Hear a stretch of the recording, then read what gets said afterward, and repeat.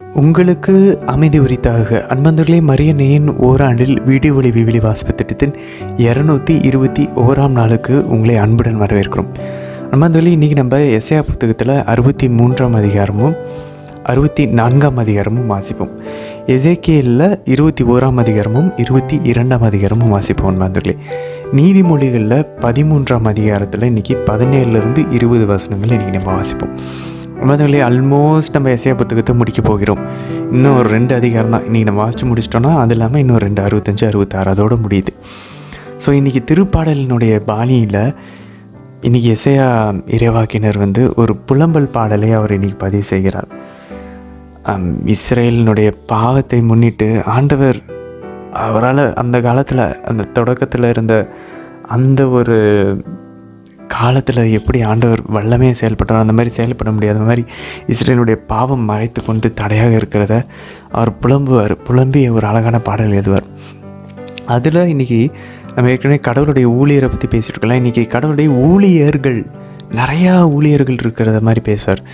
So அது இறையியல் அறிஞர்கள் என்ன சொல்கிறாங்க அப்படின்னா, ஸோ ஆண்டவருடைய ஊழியர் எப்படி துன்பப்பட்டு எல்லாராலையும் புறக்கணிக்கப்பட்டு இறப்புக்கு போய் சாவுக்கு போய் அதுக்கப்புறம் விடுதலை செய்யப்பட்டாரோ, அதே போல் அவருடைய ஊழியர்களும் இப்படிப்பட்ட துன்பங்களுக்குள்ளே ஆண்டவருடைய நாமத்தை முன்னிட்டு ஈடுபட வேண்டும். கடைசியாக அவங்க எங்கே விடுதலை செய்வார்கள்? புதிய விண்ணகம் புதிய பூமியில் புதிய எருசலேம் வரும்போது, இறுதி தீர்ப்பின் போது. ஸோ இது துன்புறும் நம்மளுடைய இந்த திருச்சபை, நம்ம இந்த உலகத்தில் பயணிச்சுட்ருக்கோம் இல்லையா, நம்மளையும் குறிக்கும். பாருங்களேன், எல்லா இடத்துலையுமே திருவெளிப்பாடுலையும் பாருங்கள், அந்த பெண்ணினுடைய பிள்ளை, அந்த ஆண் குழந்தை ஆண்டவர் இயேசுவையும் குறிக்கும், அதே நேரத்தில் அது திருச்சபையும் குறிக்கும். ஸோ அதனால தான் மாதா ஆண்டவர் இயேசுவின் தாயின்னு சொல்கிறோம், நம்ம எல்லாருடைய தாய் திருச்சபையின் தாயின்னு நம்ம சொல்கிறோம். எல்லா இடத்துலையுமே அப்படி தான். எதெல்லாம் ஆண்டவர் நடக்குது, ஆண்டவர் ஒளி உப்புன்னு சொல்கிறாரு, நீங்களும் ஒளியும் உப்பாக இருக்கிறீங்கன்னு நம்மளையும் சொல்கிறாரு. ஆண்டவர் ஆட்சி செலுத்துகிறார், என்னோடு சேர்ந்து நீங்களும் ஆட்சி செலுத்துவீங்க அப்படின்றார். எல்லாமே எதெல்லாம் ஆண்டவர் இயேசு பண்ணுறாரோ அதெல்லாம் நமக்கும் நடைபெறும். அவருடைய பாடுகளில் பங்கெடுத்தால் அவருடைய உயிர்ப்பின் மாட்சியிலையும் பங்கெடுப்போம். ஸோ அந்த ஒரு புரிதல் நம்ம பெற்றுக்கொள்ளலாம். இன்றைக்கி எசேக்கியேல் புத்தகத்தில் 21ஆம் அதிகாரம் 22ஆம் வசனத்தில் 22ஆம் அதிகாரத்தில் அன்பார்ந்தவர்களே, நம்ம நேற்று பார்த்தோம் 20ஆம் அதிகாரத்தில் ஒரு பெரிய நீண்ட இஸ்ரேலினுடைய விடுதலை பயணத்தினுடைய திரும்பவும் ஒரு ரீகேப் நம்ம பார்த்தோம். அதை திரும்பவும் எசேக்கியேல் இறைவாக்கினர் அதை நமக்காக ஞாபகப்படுத்தினார். ஸோ அது முடிஞ்சதுக்கப்புறம் இன்றைக்கி 2 முக்கியமான ஒரு ஆரக்கிள்ஸை நம்ம பார்க்க போகிறோம். அதை தொடர்ந்து ஸோ இறைவாக்குகள். ஒன்று உருவப்பட்ட அந்த வாள் எருசலேம் மொத்தத்தையும் அழிக்கப் போகிறது. ஸோ அதை இன்றைக்கி நம்ம பார்ப்போம். அது கூடவே ஆண்டவர் அவருடைய அந்த ஒரு நற்பயிற்சி, அவருடைய அந்த ஒழுக்கத்தை அவங்களுக்கு மனமாற்றத்தை கொடுக்கல. அதனால் முழுசாக வாழ உருவி முழு தண்டனை திருப்பி அவங்க பெறப்போகிறார்கள். அந்த முழு எருசலேம் நகரமும் வீழப்போகிறது. ஸோ அதை நெருங்கி, ஏன்னா நம்ம முதல் பகுதினா எருசலேம் விழுவதற்கு முன்பாக, ஸோ எருசலேம் விழப்போகுதுன்றதை இன்னும் நெருக்கி கொண்டே அவர் வரப்போகிறார். இன்னும் தெளிவாக அதை நமக்கு எடுத்துரைத்து கொண்டே இருக்க போகிறார். அதை தொடர்ந்து அவர் இன்னும் மற்ற இறைவாக்கள் என்ன பார்க்க போகிறோம்?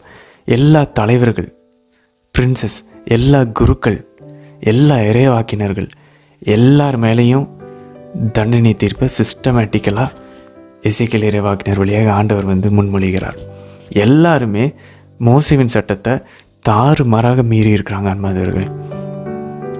அதை அவர் தெளிவாக கொலை பண்ணுறது, அம்மா அப்பாவை ஒழுங்காக பார்த்துக்காதது, அனாதைகள் கைம்பெண்களை அடக்கி ஆள்றது, அவங்கள துன்புறுத்துவது, அதுக்கப்புறம் கடவுளுடைய தூய பொருட்களை அசிங்கப்படுத்துறது, ஓய்வு நாளை கடைபிடிக்காமல் இருக்கிறது, மற்றவங்கள இழிவாக பேசுகிறது, அதுக்கப்புறம் ஒரு ஒழுக்கக்கேடு, அதுக்கப்புறம் நெருங்கின உறவுகளோடவே ஒரு விபச்சாரம் செய்கிறது, அதுக்கப்புறம் இன்னும் நிறைய விஷயங்களை நம்ம பார்ப்பான் வந்தர்களே. ஸோ இதெல்லாம் எதனால் நடந்துச்சுன்னு அவர் சொல்கிறாருன்றது தெரியுமா? ஏன்னா நீங்கள் என்னை மறந்துட்டீங்க அப்படின்னு சொல்லி.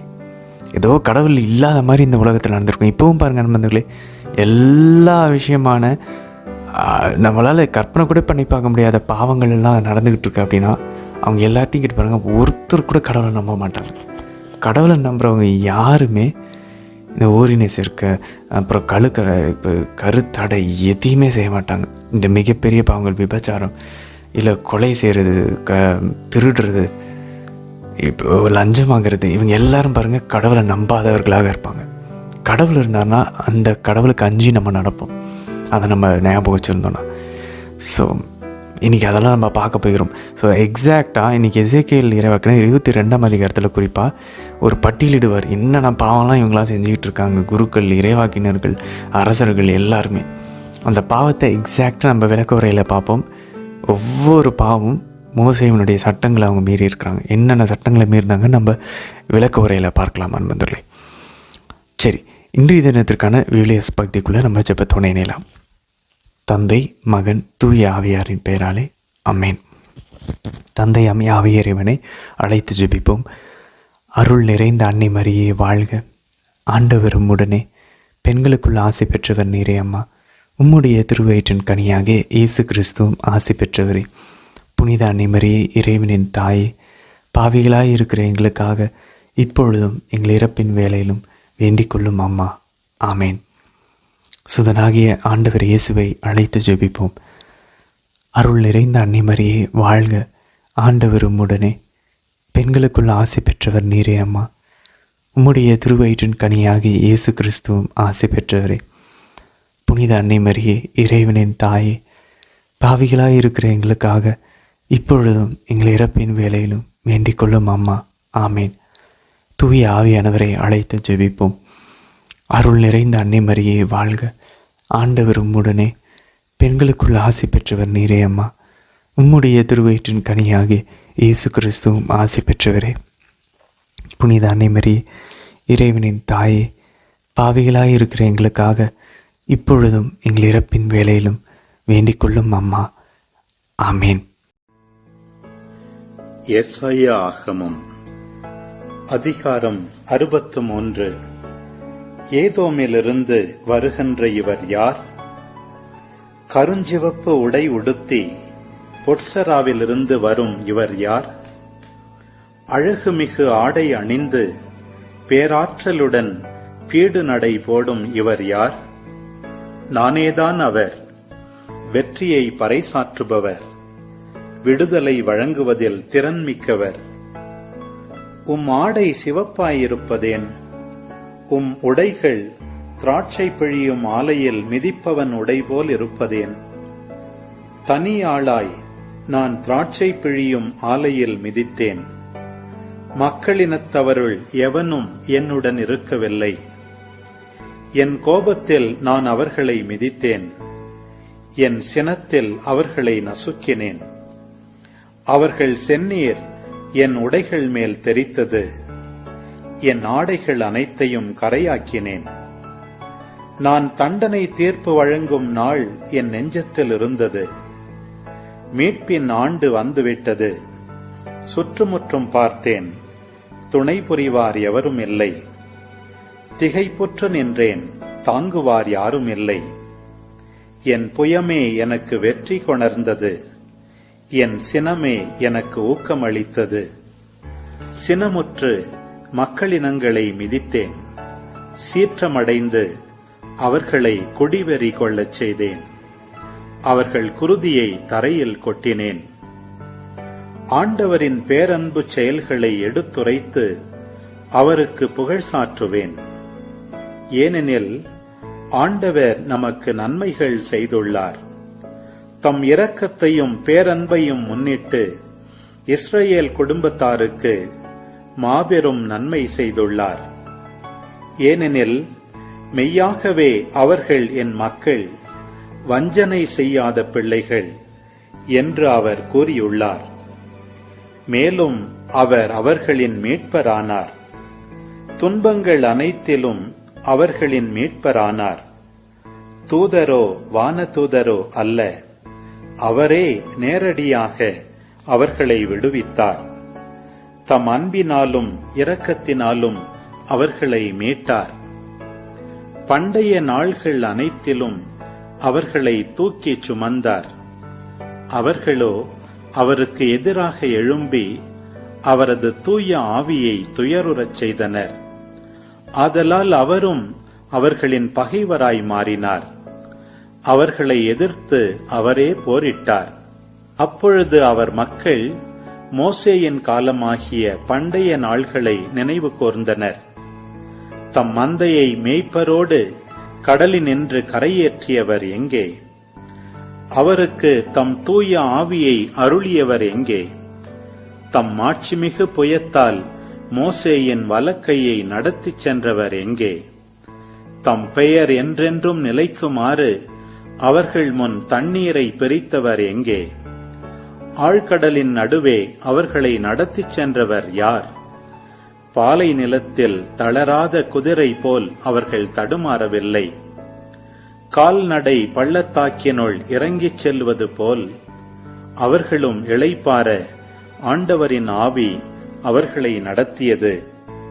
இவ்வாறு உமது பெயர் சிறப்புறுமாறு நீரும் மக்களை நடத்தி வந்தீர். விண்ணகத்தினின்று கண்ணோக்கும் தூய்மையும் மாட்சியும் உடைய உம் உறைவிடத்தினின்று பார்த்தருளும். உம் ஆர்வமும் ஆற்றலும் எங்கே?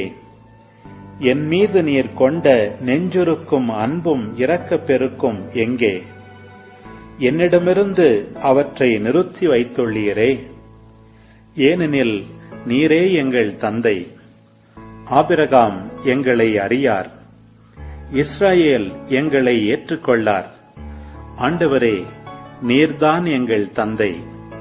பண்டைய நாளிலிருந்து எம் மீட்பர் என்பதே உம் பெயராம். ஆண்டவரே, உம் வழிகளிலிருந்து எங்களை பிறழச் செய்வதேன்? உமக்கு அஞ்சி நடவாதவாறு எம் நெஞ்சங்களை கடினப்படுத்தியதேன்? உம் ஊழியர்களை முன்னிட்டும் உம் உரிமை சொத்தாகிய குலங்களை முன்னிட்டும் திரும்பி வாரும். உம் திருத்தலத்தை உம் புனித மக்கள் சிறிது காலம் உடைமையாக கொண்டிருந்தனர். எங்கள் பகைவர் அதை தரைமட்டமாக்கினர். உம்மால் என்றுமே ஆளப்படாதவர்கள் போலானோம். உம் பெயரால் அழைக்கப்படாதவர்கள் போலானோம்.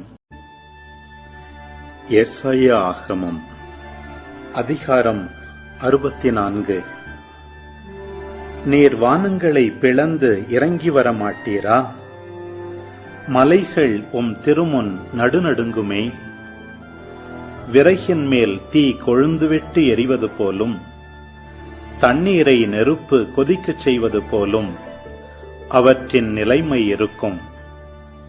இவற்றால் உம் பெயர் உம் பகைவருக்கு தெரிய வரும். வேற்றினத்தார் உம் திருமுன் நடுங்குவர். நாங்கள் எதிர்பாராத அச்சம் தரும் செயல்களை நீர் செய்தபோது நீர் இறங்கி வந்தீர். மலைகள் உம் முன்னே உருகி ஓடின. தம்மை நம்பியிருப்போருக்காக செயலாற்றும் கடவுள் உம்மையன்றி வேறு யார்? முற்காலம் முதல் இது பற்றி எவரும் கேள்வியுற்றதில்லை, செவியுற்றதும் இல்லை, கண்ணால் பார்த்ததும் இல்லை. மகிழ்ச்சியுடன் நேர்மையை கடைபிடிப்போர்க்கும் உம்மையும் உம் வழிகளையும் நினைவில் கொள்வோர்க்கும் நீர் துணை செய்ய விரைகிறீர். இதோ நீர் சினமடைந்தீர். நாங்கள் பாவம் செய்தோம். நெடுங்காலமாய் பாவம் செய்திருக்க நாங்கள் மீட்கப்படுவது எஞ்ஞனம்? நாங்கள் அனைவரும் தீட்டுப்பட்டவரை போல் உள்ளோம். எங்கள் நேரிய செயல்கள் எல்லாம் அழுக்கடைந்த ஆடை போல் ஆயின. நாங்கள் யாவரும் இலை போல் கருகிப் போகின்றோம். எங்கள் தீச்செயல்கள் காற்றை போல் எங்களை அடித்துச் சென்றன. உம் பெயரை போற்றுவார் எவரும் இல்லை. உம்மை பற்றிக்கொள்ள முயல்பவர் எவரும் இல்லை. நீர் உம் முகத்தை எங்களுக்கு மறைத்துள்ளீர். எங்கள் தீச்செயல்களின் பிடியில் எங்களை அழியவிட்டீர். ஆயினும் ஆண்டவரே, நீரே எங்கள் தந்தை. நாங்கள் களிமண், நீர் எங்கள் குயவன். நாங்கள் அனைவரும் உம் கைவேலைப்பாடுகளே. ஆண்டவரே, கடுஞ்சினம் கொள்ளாதிரும். குற்றத்தை என்றென்றும் நினையாதிரும். உம் மக்களாகிய எங்கள் அனைவரையும் கண்ணோக்கும். உம் புனித நகர்கள் பாலை நிலமாயின. சீயோன் பாழ்நிலமாயிற்று. எருசலேம் பாழடைந்து கிடக்கின்றது. எம் மூதாதையர் உம்மை போற்றி பாடிய தூய்மையும் மாட்சியும் மிக்க எங்கள் திருக்கோவில் நெருப்புக்கு இரையாயிற்று. எங்களுக்கு அருமையானவை அனைத்தும் அழிந்து போயின. ஆண்டவரே, இவற்றை கண்டும் நீர் வாழாவிருப்பீரோ? மௌனமாயிருந்து எங்களை கடுமையாய் வருத்துவீரோ? எசேக்கியேல் ஆகமம் அதிகாரம் 21. அப்போது ஆண்டவரின் வாக்கு எனக்கு அருளப்பட்டது. மானிடா, உன் முகத்தை எருசலேம் நோக்கி திருப்பி திருத்தலங்களுக்கு எதிராக அருளுரை ஆற்றி இஸ்ரவேல் மண்ணுக்கு எதிராக இறைவாக்குரை. இஸ்ரவேல் மண்ணுக்குச் சொல், ஆண்டவர் கூறுவது இதுவே: இதோ, நான் உனக்கு எதிராக எழுந்து என் வாளை உறையினின்று உருவி உன்னில் இருக்கும் நேரியவர்களையும் தீயவர்களையும் வெட்டி வீழ்த்துவேன். உன்னில் இருக்கும் நேரியவரையும் தீயவரையும் நான் வெட்டி வீழ்த்தப் போவதால் தென் திசை முதல் வடதிசை வரையுள்ள அனைவருக்கும் எதிராக என் வாள் உறையினின்று உருவப்படும். ஆண்டவராகிய நானே என் வாளை உறையினின்று உருவியுள்ளேன். இனி அது மீண்டும் உறைக்குள் இடப்படாது என்பதை அனைவரும் அறிந்து கொள்வர். மானிடா, நீயோ பெருமூச்சு விட்டு அழு. உடைந்த உள்ளத்தோடும் மனக்கசப்போடும் அவர்கள் கண்முன் பெருமூச்செறிந்து அழு. ஏன் பெருமூச்செறிந்து அழுகிறாய் என்று அவர்கள் உன்னை கேட்பார்கள். அப்போது நீ சொல், வரப்போவதை நான் கேள்விப்பட்டிருப்பதால்தான். அது வரும்போது இதயமெல்லாம் உருகும், கைகளெல்லாம் தளரும், மனமெல்லாம் மயங்கும், முழங்கால்கள் எல்லாம் நீரைப் போல் அலம்பும். இதோ அது வருகிறது, அது வந்தே தீரும் என்கிறார் தலைவராகிய ஆண்டவர். ஆண்டவரின் வாக்கு எனக்கு அருளப்பட்டது. மானிடா, இறைவாக்காகச் சொல். தலைவர் கூறுவது இதுவே: ஒரு வாள், கூர்மையாக்கப்பட்டதும் துலக்கப்பட்டதுமான வாள். படுகொலை செய்வதற்கென அது கூர்மையாக்கப்பட்டுள்ளது. மின்னலென ஒளிர்வதற்கென அது துலக்கப்பட்டுள்ளது. நாம் மகிழ்ச்சி கொள்வோமா? ஏனெனில் என் மக்கள் எல்லா எச்சரிக்கைகளையும் தண்டனைகளையும் புறக்கணித்துவிட்டனர். கையில் பிடிப்பதற்காகவே அவ்வாள் துலக்கி வைக்கப்பட்டுள்ளது. கொலைஞனின் கரத்தில் கொடுப்பதற்காகவே அவ்வாள் கூர்மையாக்கப்பட்டு துலக்கப்பட்டுள்ளது. மானிடா, நீ ஓலமிட்டு அலறு. ஏனெனில் அது என் மக்களை நோக்கியும் இஸ்ராயேலின் தலைவர்கள் அனைவரை நோக்கியும் வீசப்படும். என் மக்களுடன் அவர்கள் அனைவரும் அவ்வாளுக்கு இரையாவர். ஆகையால் உன் மார்பிலை அறைந்து கொள். உண்மையாகவே இது ஒரு சோதனை. அவர்கள் மனமாற மறுத்தால் இவை அனைத்தும் அவர்களுக்கு நிகழும் என்கிறார் தலைவராகிய ஆண்டவர். மானிடா, நீயோ இறைவாக்குரை. கைகொட்டு, இருமுறை மும்முறை வாள் வீசப்படட்டும். கொலைக்கான வாள் அது. அவர்களை சூழ்ந்து வரும் படுகொலைக்கான வாள் அது. அது இதயங்களை கலங்கச் செய்யும். நான் வைத்துள்ள அவ்வாள் ஒவ்வொரு நகர் வாயிலிலும் பலரை வீழ்த்தும்.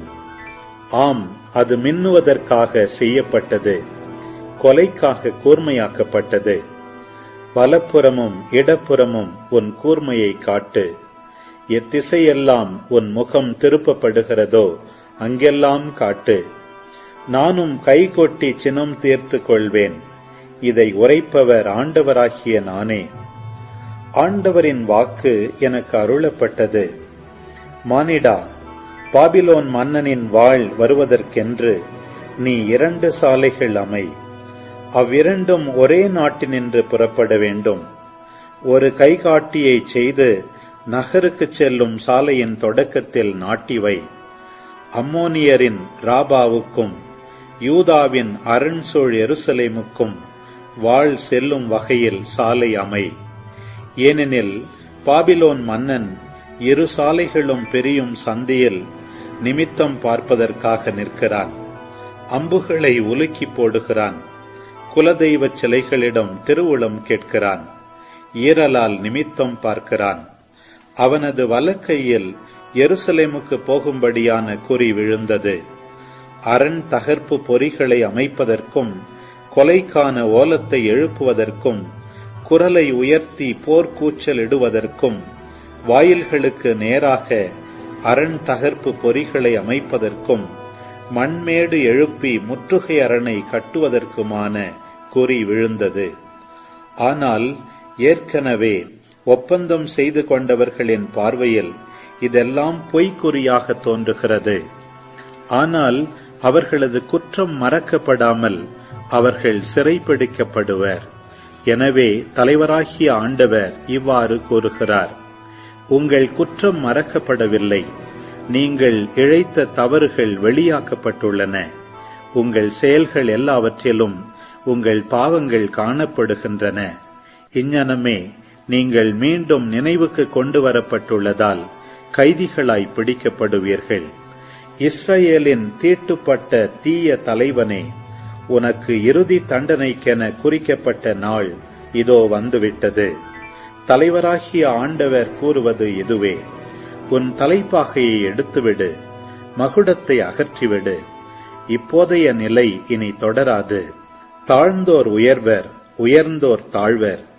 நான் தரவிருப்பது அழிவு, அழிவு, அழிவு. தண்டனை தீர்ப்பு வழங்குபவர் எவரோ அவர் வரும் வரை அது நடவாது. அவருக்கே அப்பொறுப்பை அளிப்பேன். நீயோ மானிடா, இறைவாக்குரை. அம்மோனியரையும் அவர்களின் பழிப்புரையையும் குறித்து தலைவராகிய ஆண்டவர் கூறுவது இதுவே: இதோ வாள், கொலை செய்வதற்காக வாள் உருவப்பட்டுள்ளது. மின்னலை போல் ஒளிர்ந்து வெட்டி வீழ்த்துவதற்காக அது கூர்மையாக்கப்பட்டுள்ளது. உன்னை குறித்து வீணான காட்சிகள் கண்டு பொய்யான குறிகள் சொன்னாலும் வெட்கப்படவிருக்கும் தீயோரின் பிடரியில் வாள் விழும். அந்த வாள் வந்துவிட்டது. தண்டனை உச்ச நேரத்தை எட்டிவிட்டது. நீ வாளை திரும்ப உரையிலே போடு. நீ படைக்கப்பட்ட ஊரில், நீ பிறந்த மண்ணில் நான் உன்னை தீர்ப்பிடுவேன். என் ஆத்திரத்தை உன்மேல் கொட்டுவேன். என் சினத் தீயை உன்மேல் பொழிவேன்.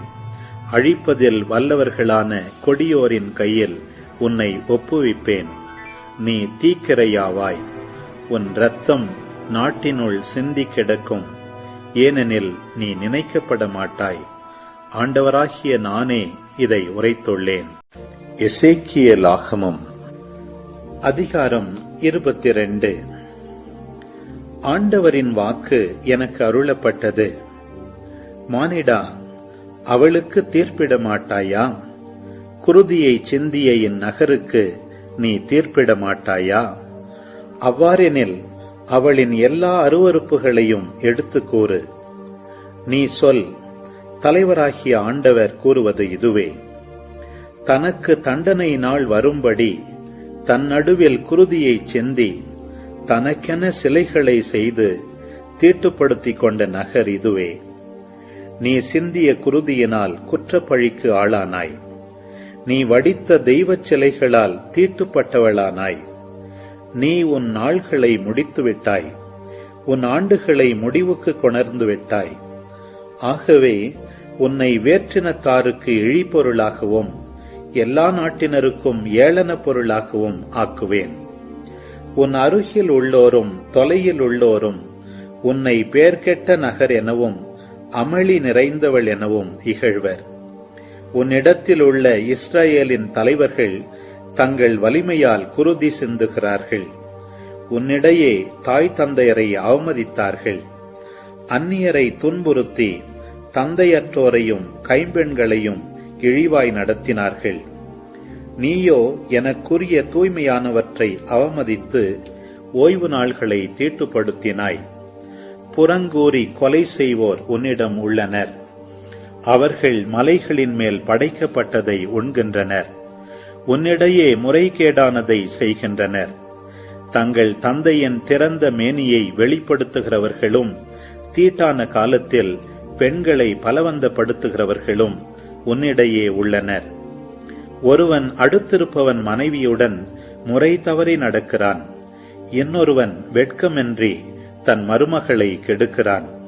வேறொருவன் தன் தந்தைக்கு பிறந்த தன் சகோதரியையே பலவந்தப்படுத்துகிறான். உன்னிடையே பலர் குருதி சிந்த கையூட்டு பெறுகின்றனர். நீ வட்டி வாங்குகிறாய். கொடுத்ததற்கு மேலாய் பிடுங்கி அடுத்திருப்பவனை ஒடுக்குகிறாய். நீ என்னை மறந்துவிட்டாய் என்கிறார் தலைவராகிய ஆண்டவர். உன் நீதியற்ற வருமானத்தை முன்னிட்டும் நீ உன்னிடையே சிந்திய இரத்தத்தை முன்னிட்டும் நான் என் கைகளை தட்டுவேன். நான் உன்னை தண்டிக்கும் நாளில் உன் மன உறுதி நிலைத்திருக்குமா? அல்லது உன் கைகள் வலிமையுடன் விளங்கிடுமா? ஆண்டவராகிய நானே இதை சொல்கிறேன். நான் இதை செய்தே தீர்வேன். உன்னை வேற்றினத்தாரிடையே சிதறடிப்பேன். நாடுகளிடையே கலந்தொழியச் செய்வேன். உன் அருவருப்புக்கு ஒரு முடிவு கட்டுவேன். வேற்றினத்தாரிடையே தீட்டுப்பட்டவளாய் நீ நிற்கையில் நானே ஆண்டவர் என அறிந்து கொள்வாய். ஆண்டவரின் வாக்கு மீண்டும் எனக்கு அருளப்பட்டது. மானிடா, இஸ்ராயேல் வீட்டார் எனக்கு களிம்பாகிவிட்டனர். அவர்கள் எல்லாரும் எரிநெருப்பில் கிடக்கும் வெள்ளி, வெண்கலம், வெள்ளீயம், இரும்பு, ஈயம் ஆகியன போலாயினர். அவர்கள் களிம்பாகிவிட்டார்கள். ஆகவே தலைவராகிய ஆண்டவர் இவ்வாறு கூறுகிறார்: நீங்கள் யாவரும் களிம்பாகிவிட்டதால் உங்கள் எல்லாரையும் எருசலேமில் ஒன்று சேர்ப்பேன். வெள்ளி, வெண்கலம், இரும்பு, ஈயம் ஆகியவற்றை நெருப்பிலிட்டு உருக்குவது போல் நானும் என் சினத்திலும் சீற்றத்திலும் நகரின் நடுவில் இட்டு உருக்குவேன். நான் உங்களை ஒன்றாய்ச் சேர்த்து உங்கள் மீது என் சினத்தின் கனலை ஊதுவேன். நீங்களும் நகரின் நடுவில் உருக்கப்படுவீர்கள். வெள்ளி சூளையில் உருக்கப்படுவது போல் நீங்களும் அதன் நடுவில் உருக்கப்படுவீர்கள். அதன் மூலம் ஆண்டவராகிய நான் என் சினத்தை உங்கள் மீது கொட்டியுள்ளேன் என்பதை உணர்ந்து கொள்வீர்கள். ஆண்டவரின் வாக்கு மீண்டும் எனக்கு அருளப்பட்டது. மானிடா, அந்த நாட்டுக்குச் சொல், நீ தூய்மைப்படுத்த பெறாத நாடு.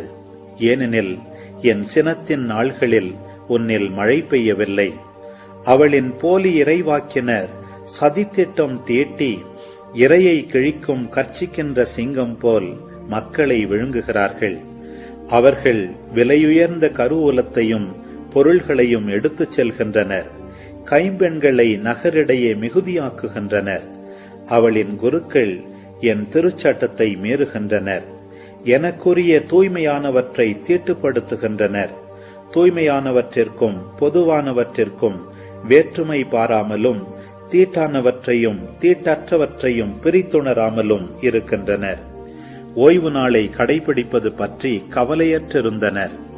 நானோ அவர்களால் அவமதிப்புக்குள்ளானேன்.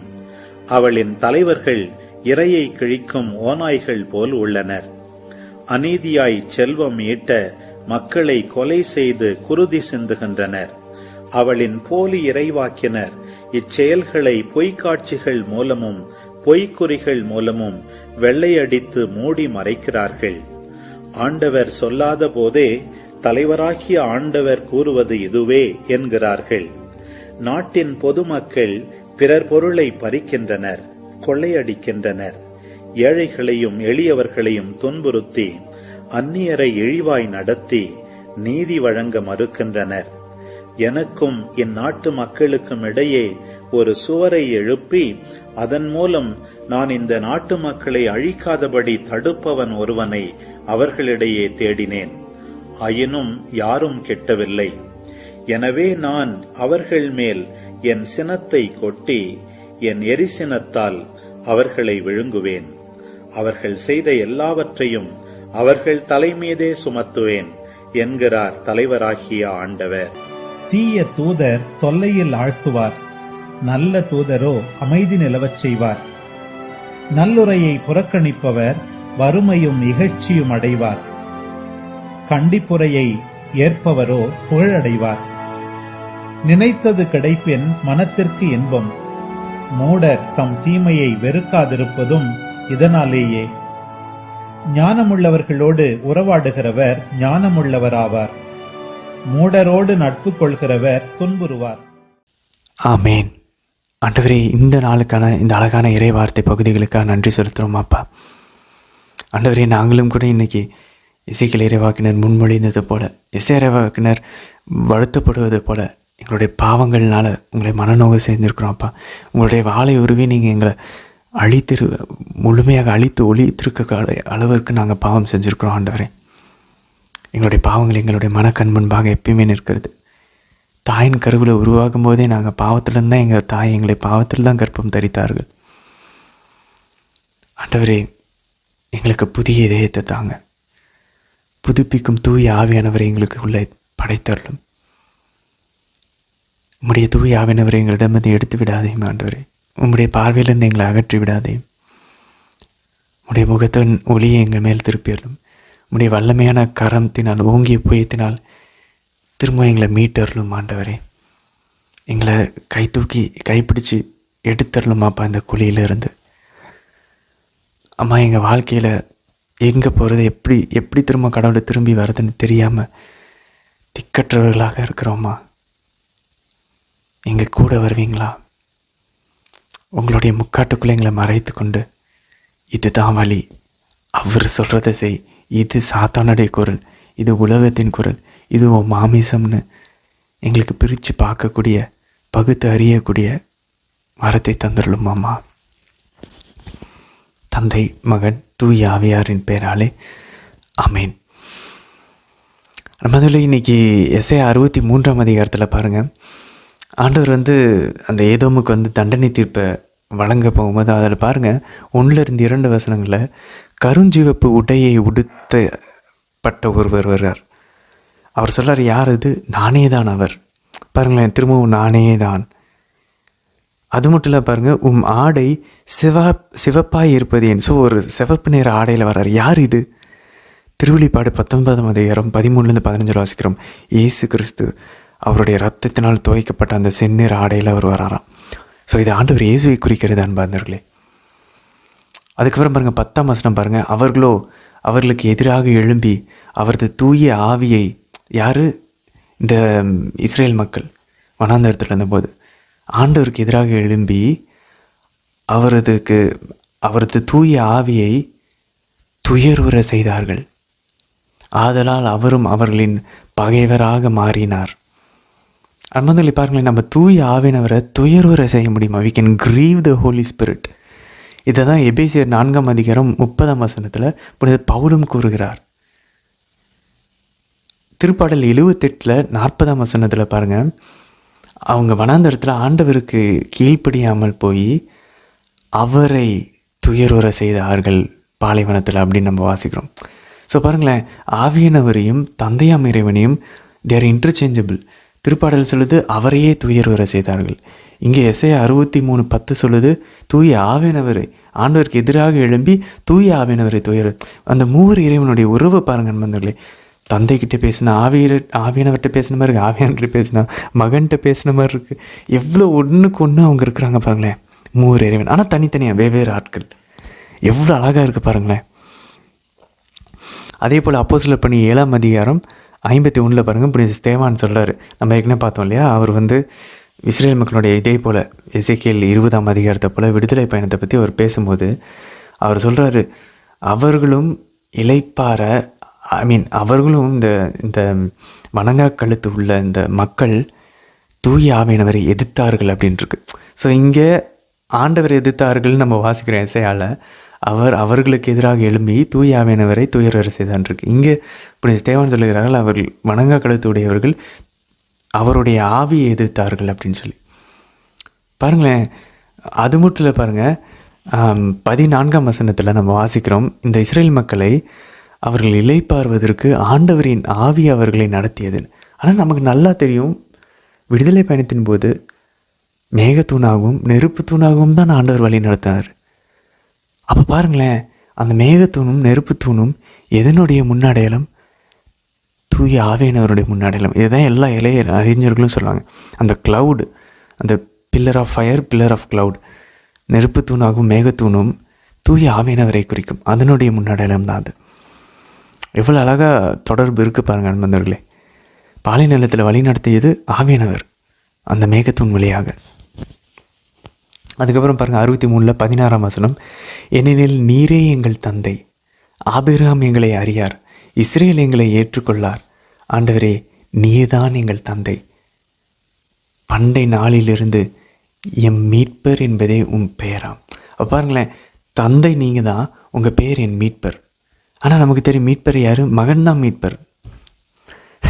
அவருடைய பேர், தந்தையினுடைய பேர், மீட்பருடைய பேர், 2 பேரும் ஒன்றுக்கு ஒன்றுல நானும் தந்தையும் ஒன்று. அதுதான் ஆண்டவர் இயேசு அழகாக சொல்கிறார் பாருங்கள். அதுக்கப்புறம் பாருங்கள் 8ஆம் வசனத்தில் திரும்ப, ஆண்டவரே நீரே எங்கள் அப்பா, இவ்வளோ பண்ணாலும் நாங்கள் எவ்வளோ கஷ்டப்பட்டாலும் நீங்கள் தான்ப்பா எங்கள் அப்பா. நம்ம யோசித்தோம், ஆண்டவர் இயேசு தான் நம்மக்கிட்ட விண்ணுலகில் இருக்கின்ற எங்கள் தந்தையேன்னு சொல்லி அப்பாவை, கடவுளை அப்பான்னு சொல்லி கொடுக்கணும்னு சொல்லி ஆண்டவர் இயேசு தான் சொன்னார் நினச்சோம். இல்லை, பழைய ஏற்பாட்டிலே இருக்குது. நம்ம நிறைய இடங்களில் பார்த்தோம், கடவுள் வெளிப்படுத்துகிறாரு, நீங்கள் என் பிள்ளைகள், நான் உங்கள் தந்தையாக இருப்பேன் அப்படின்னு சொல்லி. அப்போது இந்த யூதர்கள் அதை மிஸ் பண்ணுறாங்க பாருங்களேன், அந்த உறவை மிஸ் பண்ணிட்டாங்க. ஏதோ போலீஸ்காரர் ஏதோ ரூல்ஸ் கொடுக்குறாங்க, நம்ம டிராஃபிக் ரூல்ஸை ஃபாலோ பண்ணுன்ற மாதிரி மோசே சட்டத்தை ஃபாலோ பண்ணுறாங்க. இல்லை, அவர் உறவுக்காக. அதனால தான் ஆண்டவர் அதை பாருங்கள், அன்போடு அவர் பிணைக்கிறார். என்னை அன்பு செய்தீர்கள் என்றால் என் கட்டளைகளை கடைபிடிப்பீங்க. நீங்கள் கட்டளைகளை ஏதோ ஒரு ரூல்ஸ் மாதிரி கடைபிடிக்கூடாது, என்னை அன்பு நிமித்தமாக நீங்கள் அதை கடைபிடிக்கணுன்றார். ஏன்? அவர் அப்பாவாக நினச்சோன்னா அப்பாவுக்கு பிடிச்சதை தான் செய்வோம், அப்பா மாதிரி செய்வோம். அதனால நான் துன்புறுத்த மாட்டேன், அவரை நான் அஃபெண்ட் பண்ண மாட்டேன், அவரை காயப்படுத்த மாட்டேன். அப்போ பாருங்களேன், இன்றைக்கி எசேக்கியேல் இறைவாக்கினர், ஆனாலும் நீங்கள் எங்கள் தந்தையாப்பா. அப்போ நீங்கள் என் தந்தைன்னு சொல்கிறதே ஒரு ஜெபம் போல் அன்பார்ந்தவர்களே.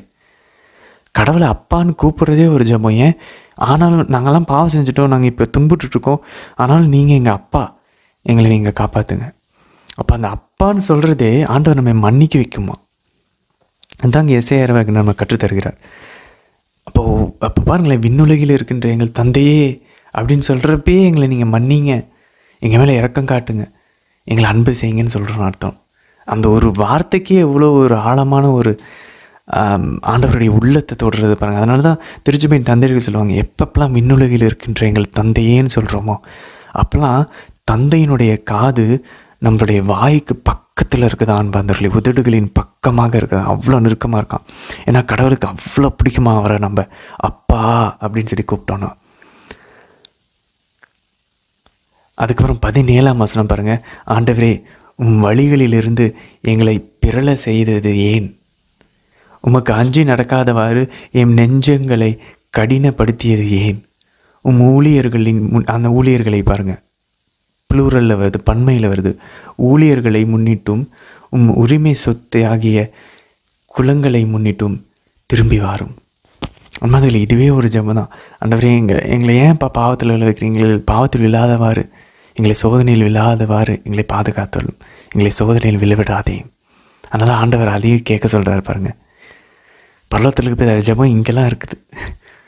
அதுக்கப்புறம் 64ஆம் வசனத்தில் பாருங்கள், அதிகாரத்தில் 1ஆம் வசனம் பாருங்கள், வானங்களை பிளந்து கொண்டு திறந்து கொண்டு இறங்கி வாங்க அப்படின்றார்.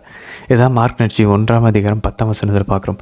விண்ணகம் திறக்கப்பட்டது, ஆண்டவர் ஞானஸ்தானம் பெறும்போது தூய ஆவியானவர் இறங்கி வருகிறார். அங்கே 3 இறைவன் இருக்கிறார். விண்ணகம் தானே இங்கே பாருங்கள், எசேக்கியேல் இறைவாக்கினர் கேட்ட ஜெபம் ஆண்டவர் இயேசுவினுடைய ஞானஸ்தானத்தின் போது நிறைவேறுகிறது. அப்புறம் 4ஆம் வசனம் பாருங்கள், தம்மை நம்பியிருப்போருக்காக செயலாற்றும் கடவுள் உண்மையன்றி வேறு யார்? அதில் எனக்கு இது ரொம்ப பிடிக்கும். கடவுள் எல்லாத்துக்கும் பின்னாடி அவர் வேலை செஞ்சிட்ருக்கார். எனக்கு என்னமோ அது ஒரு ஆழமான ஒரு நம்பிக்கை இருக்கான்னு அதில் எப்பயுமே அது என் மனசை ரொம்ப பிடிக்கும். அதனால தான் ஆண்டவர் இயேசுன்னு சொல்ல இருப்பாங்க யோவான் நற்செய்தியில், என் தந்தை வேலை செய்து கொண்டு இருக்கிறார், நானும் வேலை செய்கிறேன். My father is working, I do I am working அப்படின்றாரு. உடனே யூதர்கள்லாம், நீ ஓய்வு நாளை நீ மீறினது மட்டும் இல்லாமல் கடவுளும் அப்பான்னு சொல்லியா, கடவுளும் அப்பான்னு சொல்லணும்னு சொல்லி எசேக்கியேல் இறைவாக்கினரே உங்களுக்கு சொல்லி கொடுத்துருக்காரியா, நீங்கள் தான் அதை மிஸ் பண்ணிட்டீங்கன்னு சொல்லி ஆண்டவர் அங்கே சொல்கிறார். ஸோ நம்ம அவரை நம்பியிருந்தோன்னா அவர் நமக்காக பேக்ரவுண்டில் வேலை செஞ்சிட்ருக்காரு அன்பார்ந்தவர்களே. எங்கெங்கேயோ கடல் கடந்த கனெக்ஷன்ஸ் நடந்துகிட்ருக்கும். அவருடைய புனிதர்கள், அவருடைய வானதூதர்களை அனுப்பிச்சு ஆவியானவர் வழியாக எல்லாத்தையும் செஞ்சிட்ருக்கார். நமக்கு தெரியாது, ஆனால் அதெல்லாம் நன்மையிலேயே கொண்டு வந்து முடியும். அதுக்கப்புறம் பாருங்கள், எசேக்கியேல் 21ஆம் அதிகாரம் 4ஆம் வசனத்தில், உன்னில்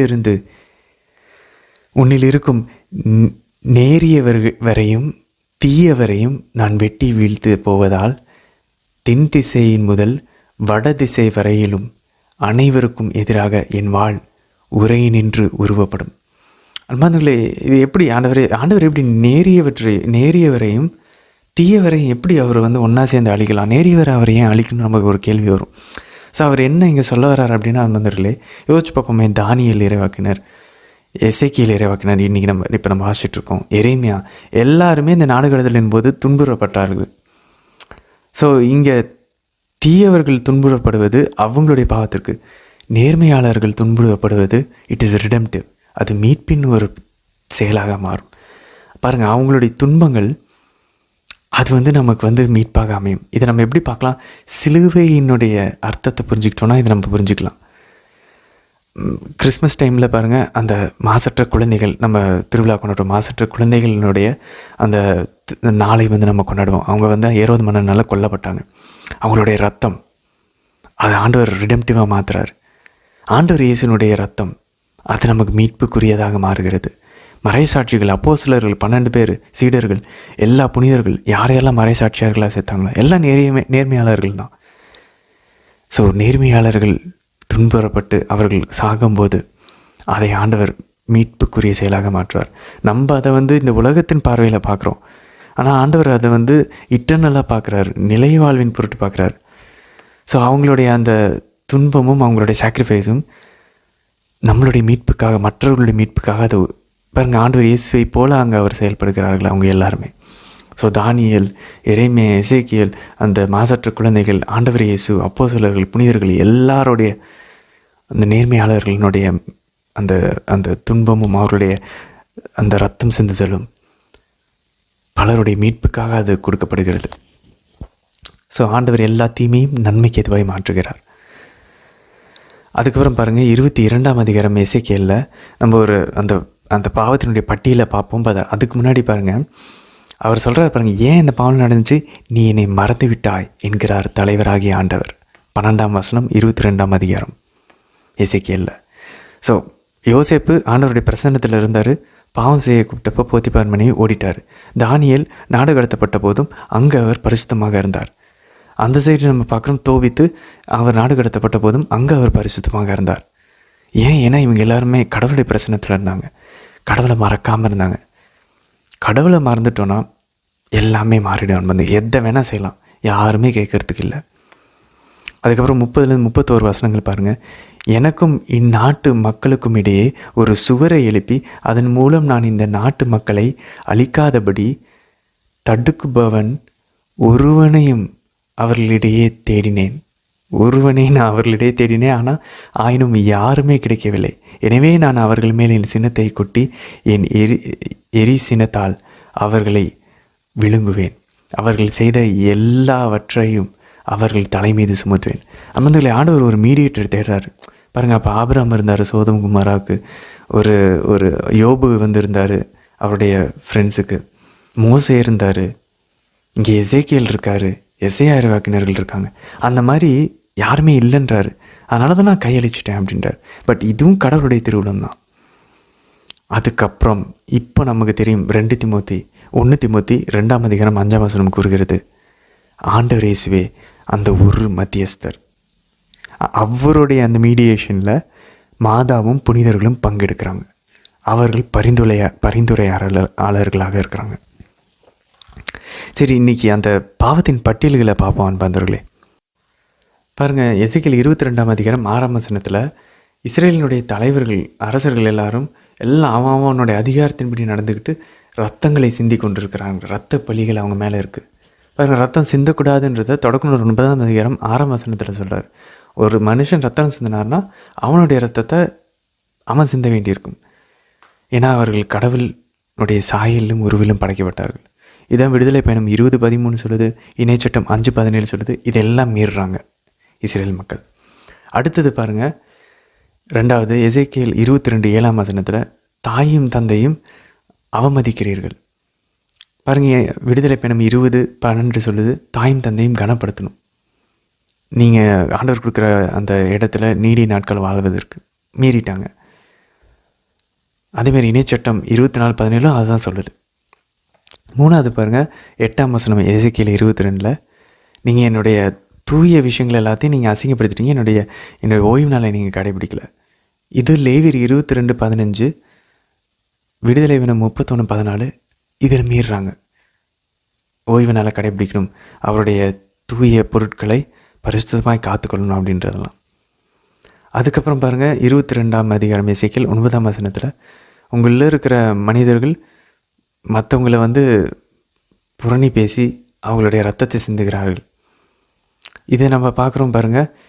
பொய்ச்சான்று சொல்லாதேன்னு சொல்லி விடுதலை பயணம் 20ஆம் அதிகாரம் 16, இணைச்சட்டம் 12:2, இதில் எல்லாத்துலேயும் ஆண்டவர் கூறுவார். இதை மாறுறாங்க. அதுக்கப்புறம் எசேக்கியேல் 22 10ஆம் வசனத்தில், ஆண்கள் அவர்களுடைய அப்பாவினுடைய நிர்வாணத்தை திறந்து பார்க்குறாங்க. அப்படின்னா அவங்களுடைய கூட இருக்கக்கூடிய அவங்களுடைய நெருங்கின சொந்தத்தோடையே அவங்க தகாத உறவை வைத்துக் கொள்கிறார்கள். இது லேவியர் 18:8 இருக்குது, லேவியர் 15:19 இருக்குது. அவங்க இது எல்லாத்தையுமே மாதவிடாய் இருக்கும்போது நீ உறவு கொள்ளக்கூடாதுன்றார். அது எல்லாம் மீறுகிறார்கள்.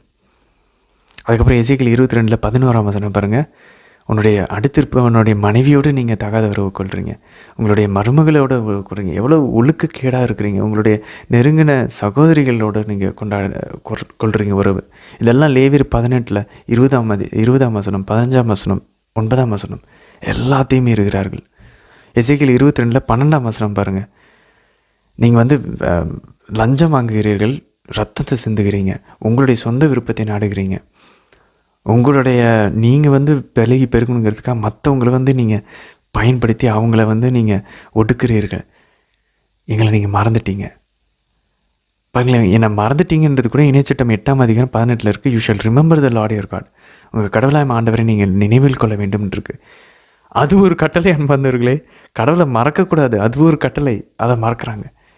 ஸோ இவங்க இந்த லஞ்சம் வாங்குறதெல்லாம் பாருங்கள். விடுதலை பயணம் 23:8ஆம் வசனம், லேவியர் 25:36ஆம் வசனம், லேவியர் 19:13ஆம் வசனம் எல்லாத்தையும் மீறுறாங்க. இதனால தான் ஆண்டவர் கையளிக்கிறார். அவர் தான் சொல்லிட்டாரு, சோதோம் குமாரை விட நீங்கள் பாவம் செஞ்சிட்டீங்க, அதை விட அதிகமாக நீங்கள் பாவம் செஞ்சு என்னை சினத்துக்குள்ளாகிருக்கீங்கன்றார். அதனால தான் இப்படி விட்டுருக்காரு அன்பர்களே. நீதிமொழிகள் 13:20ஆம் வசனம் பாருங்கள், ஞானம் உள்ளவர்களோடு உறவு கொள்கிறவன் ஞானம் உள்ளவர்களாக இருப்பான், மூடரோடு நட்பு கொள்கிறவன் துன்புறுவான். அன்பர்களே, we have to choose wisely our friendships. நம்மளோட உறவுகள், சில உறவுகள் நம்மளை கடவுள்கிட்ட நெருங்க விடாது.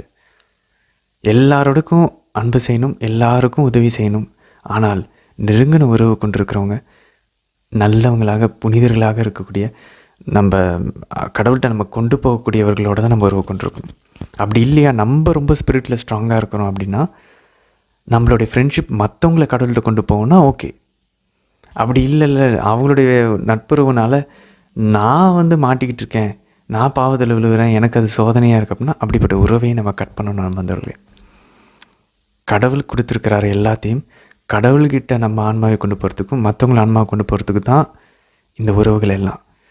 அந்த ஒரு நோக்கத்தை அது தடை செய்யுதுன்னா இந்த உறவுகளையே நம்ம தடை செய்யணும். உறவுகள் மட்டும் இல்லை, எந்த விஷயமா இருந்தாலும், ஒரு இடமா இருக்கலாம், பொருளாக இருக்கலாம், வேலையாக இருக்கலாம், எல்லாமே அன்பார்ந்தவர்களே. ஞானமுள்ளவர்களோடு உறவாடுகிறவர்கள் ஞானமுள்ளவர்களாக இருப்பார்கள். சரி அன்பார்ந்தவர்களே, தொடர்ந்து பயணிக்கலாம். நாளை தினத்திற்கான வீடியோவில் சந்திக்கலாம். ஆமேன்.